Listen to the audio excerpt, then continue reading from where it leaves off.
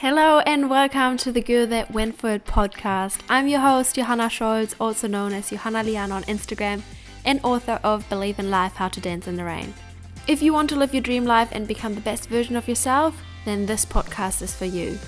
I hope that I can inspire and encourage you to never give up and to always believe in yourself. Feel free to follow me on Instagram, Johanna_Liana, for daily content. And now enjoy this episode. Switch off your logical thinking. I know that this is easier said than done, but in today's episode, we want to talk about this, or I want to talk about this. The other day, I had a beautiful monthly catch up with some of you girls, and I'm still feeling so energized from it. It was 2 days ago, and we talked about so many inspiring topics that I thought I definitely have to create an episode out of this topic. One of the topics was switching off your logical thinking and reconnecting with your intuition. So first of all, what are my monthly catch-ups? So I created this space for you and me to connect and also to talk about all things mindset. So this is a space for you to share your struggles, your limiting beliefs, because we all go through life the first time, and I think it's so empowering to share experience with each other and to just, sometimes you need someone else to tell you or to point out your limiting belief or your thinking pattern. So I created a space for you to open up about all things mindset, limiting beliefs, and I just love the aha moments, the change that's happening in that hour or 1.5 hours that we catch up, and the mindset shifts that are happening. And I absolutely love connecting with you guys and get to know you, because I feel like I share a lot on my socials and you get to know me, but I also want to get to know you and be part of your growth journey. So if you want to join the next monthly catch up, it's on April the 14th, and I'm going to put all the details below where you can sign up, and I can't wait to connect with you. The last monthly catch up was about limiting beliefs and being the energy you want to attract. And one thing that came up, or one of the girls sent me a message beforehand, and she was like, can we talk about how to really listen to your intuition? So I said, definitely, that's such a good topic, because she felt like she is a logical thinker, and therefore it's really hard for her to reconnect with her intuition and to really listen to what she wants, because she just always thinks about the logical way. And that's just our mind trying to keep us safe. And that's our mind just trying to do the right thing and keep us safe. That's how our mind is programmed. And one thing that I just want to ask you, I just want to spit out the question here. Who even decided what's logical? Who decided that you have to do it a certain way to get somewhere? Who decided that that's the logical way? That's just something we learn. Someone told us, but that's logical, but that's how you should do it. But who decided that that's the right way? And I know it's so hard, especially when you are a logical thinker, when you are really based on stats and facts and all that, to jump out of that and to put the stats to the side. I don't know how to say this, but who decided that it has to be a certain way? Looking at career-wise, who decided that you have to do something a certain way? Who decided that you have to study and jump right into a job and stay in that job and climb in corporate later? Who decided that that's the only way how you can be successful? And also, who decided what success means? For me, success, the definition of success over the past 3 years has changed so much. When I started my own business, I thought success means that the more clients I have, the more successful I am. But that was the hustle mindset, and that was so wrong, and it really felt not right with me, my intuition, my feeling, because I was who said that success has to look like that? Who said success has to look like the more clients I have, the more money I create, or the more clients I have, the more money I have? Stuff like that. Who decided it has to be that way? And over the past year, or the last 2 years, I created this new definition of success for me, which means the more aligned the things feel that I do, for example, offering group coachings on my personal account, which is where I feel most aligned to. Like, it's my authentic self showing up on my personal account, not my business account. I'm also showing up authentically on my business account. But what I'm trying to say is I sat down and was like, I really love showing up on my personal Instagram account. I love the connection. I love to connect with you guys.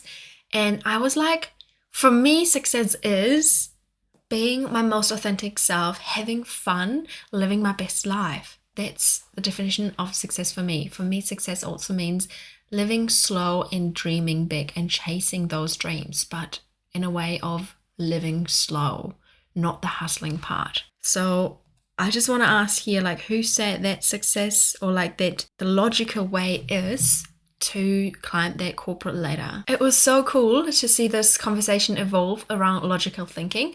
And one of the other girls, she mentioned that she is going to study abroad soon, and she was also thinking of maybe doing work and travel in New Zealand.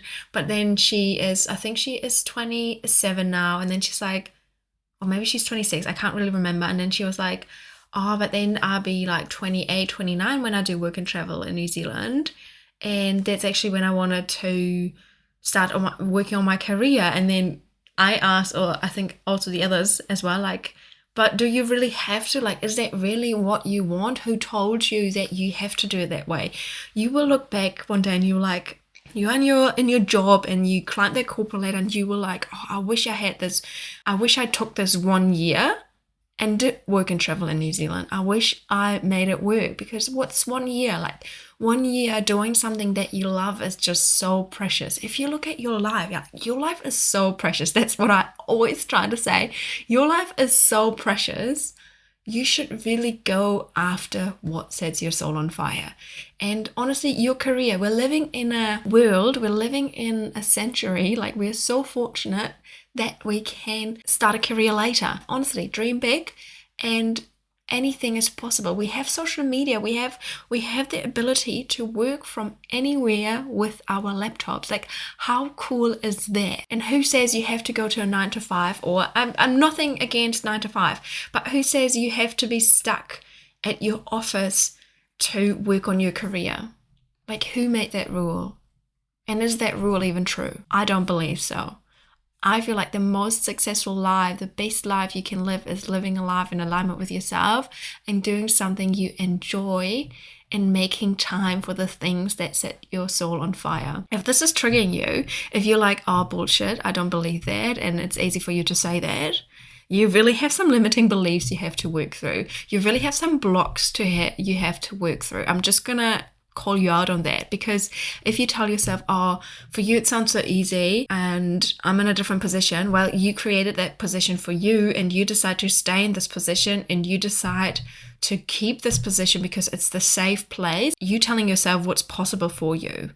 And as soon as you tell yourself, oh, that's never possible for me, I will never be able to do that, guess what? That's the reality you are creating for yourself.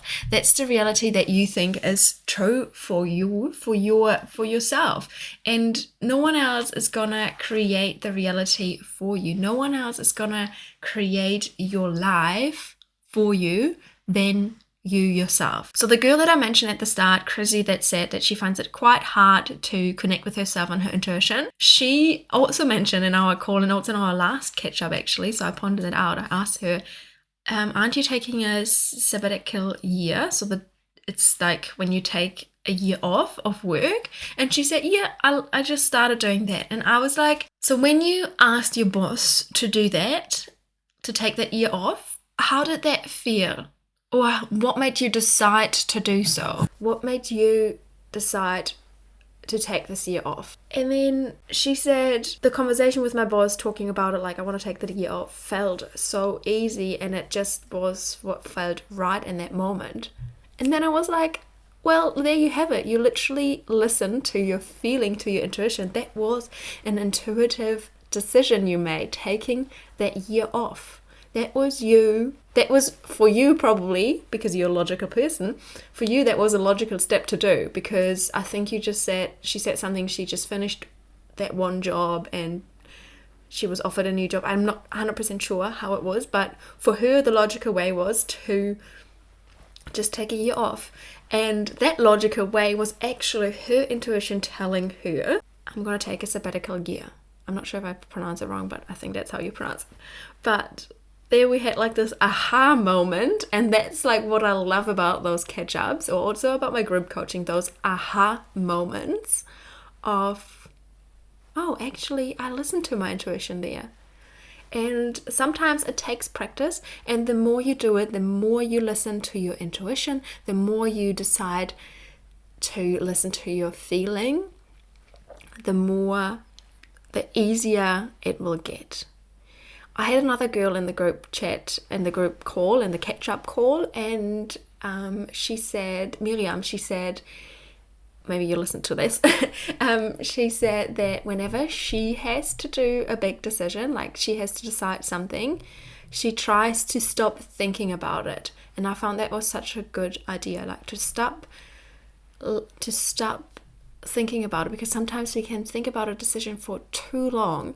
And she said that sometimes when she stops thinking about it, at some point the decision, that at some point when she was brushing her teeth or something, the decision was so clear, it just came to her mind, and she was like, yep, I'm going to do this. Or another example was, Michelle said, flip a coin.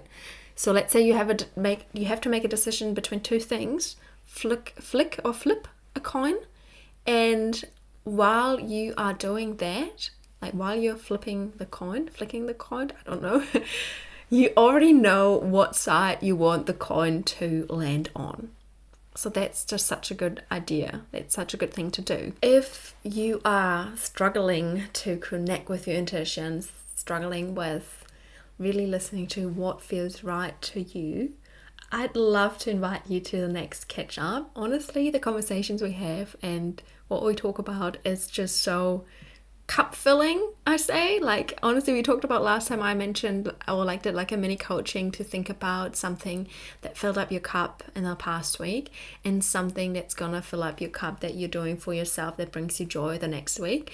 And for me, it was definitely the catch-up call that filled up my cup, and talking about all things mindset and chasing your dreams. So if you're struggling with limiting beliefs, mindset blocks, or whatever it is you're going through, feel free to join us in the next catch-up call. I would love to see you. I would love to chat about what's going on inside of you, like what are you struggling with, and we can chat about it. We can talk through it. We can point out limiting beliefs, and we can point out what really matters. Living your best life starts with you and listening to what your soul and heart truly wants. Stop the logical thinking. It's like your mind trying to keep you safe, and there's nothing wrong with your mind trying to keep you safe, but try to think outside the box. Honestly, the most successful people started thinking out of the box. Again, success is also a definition that everyone has for themselves. Like, everyone has a different definition of success. But if you want to live your best life, you have to step out of your box. You have to step out of that safe comfort zone, because first of all, we were made to step out of our comfort zone. We were made to step out of that box. And once you're in this new comfort zone, you'll be like, oh, that was easy. I can do that again and again. And you will grow, and you will go places, and you will live your best life. Also, what I want to say here is, in our 20s, there is so much pressure on ourselves created from society, like finding the right job, maybe building a house, buying a house, or whatever it is. Dating, partner, getting married, all these things is like in our 20s. And who decided that has to be, who decided it has to be that way? Who decided that you have to find the job you want to stick to in your 20s? That's so not our generation anymore, because, and I love that, and I love in New Zealand, people change their jobs all the time, and that's just so cool. But it is about the security, I think, that we get so burned in our brains, which is not a bad thing, but also who decided it has to be that way? You can create, that's just, I could just explode about this topic, but You create your reality, you create your life, you create how your life looks like, and it doesn't have to look like anyone else's life. It doesn't have to be like you have to be stuck to that one job and stay in that job and climb the corporate ladder. It doesn't have to be that way. You don't have to find the love of your life in your 20s, honestly. What a pressure. You don't have to buy a house in that time either. You don't have to have kids in that time either. Like, I always thought I had my first child with 25. I'm 27 now, and I was not ready when I was 25. And I'm feeling like I'm starting to get in this different stage of my life where I'm getting ready to start a family. But I always thought I had to have a family by 25. I don't know why. Probably because my mom had her first child with 25. And friends and family, like back then, it was the age. It just didn't feel right for me. And there are other things that also didn't feel right to me, like staying where I was in Germany, for example. Like, I knew I wanted to figure out. I knew that life has so much to offer, and I wanted to figure that out. I wanted to step out of that box. I wanted to see what else is out there, and I wanted to give it a go. And that's with anything in life. If it's a job, if it's a hobby, like, why are you not starting that hobby you always wanted to try? Like, what are you waiting for? Why are you not doing it? Like, one day you will look back in your 80s and you'll be like, oh, I wish I started that hobby when I was in my 20s or my 30s or whatever age you are. So yeah, let this be your reminder to start looking for ways, and not for excuses why you can't do something. Start looking for ways. And yeah, I hope this episode inspired you, and I'd love to see you in the next catch-up call on April the 14th. You can find all the details below, and can't wait to see you there.